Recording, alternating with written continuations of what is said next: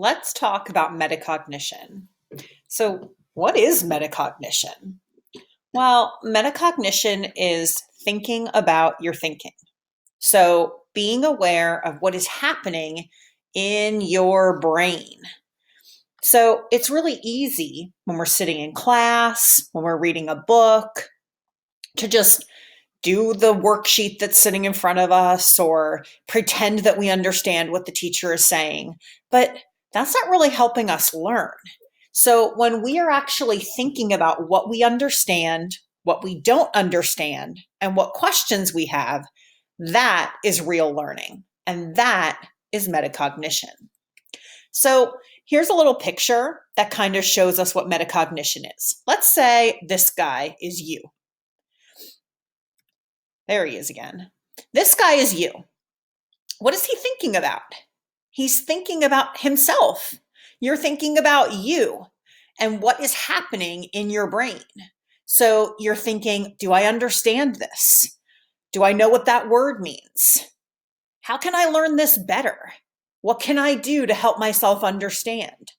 All of those things are part of being metacognitive or using metacognition. So why is metacognition important? Why do we care? Well, metacognition makes you a better learner.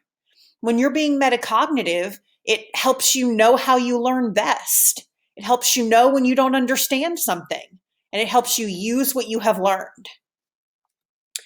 You are using metacognition all the time when you think. You just don't know you're doing it.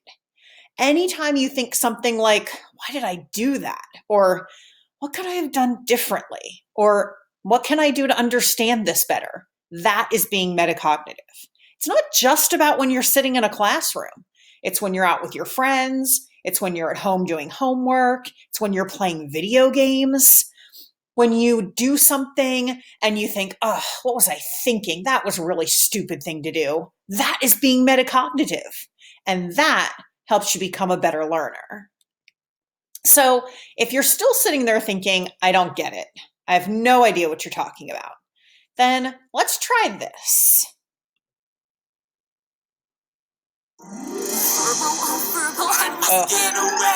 Ads. Skip that. So let's take a look at what we're doing here. This person is making an elephant out of Play-Doh. So I'm going to model metacognition for you. So let's roll this Play-Doh. Oh, I hate when it gets all those little dents in it. I have a feeling that's going to be a problem later. So these are going to be the body parts of our elephant. Probably the head, the body, the legs. I should have made that one a little bit smaller. Oh well, we'll give it a try anyway. So we'll start like this. And then I will make sure there aren't any dents in it because that's probably not going to work very well. So as I'm making this elephant out of Play-Doh, I'm thinking about the things that are going on in my head. Now, you're not going to sit there when you're using Play-Doh or when you're building something or when you're in Mrs. Halverson's art class, and you're not going to be talking out loud to yourself. All of these things are going to be going on in your head. Oh, that kind of looks like a bird, not an elephant. I think I'm going to, yeah, that's better. Now that looks a little bit more like an elephant. Let's do this. Yep, perfect.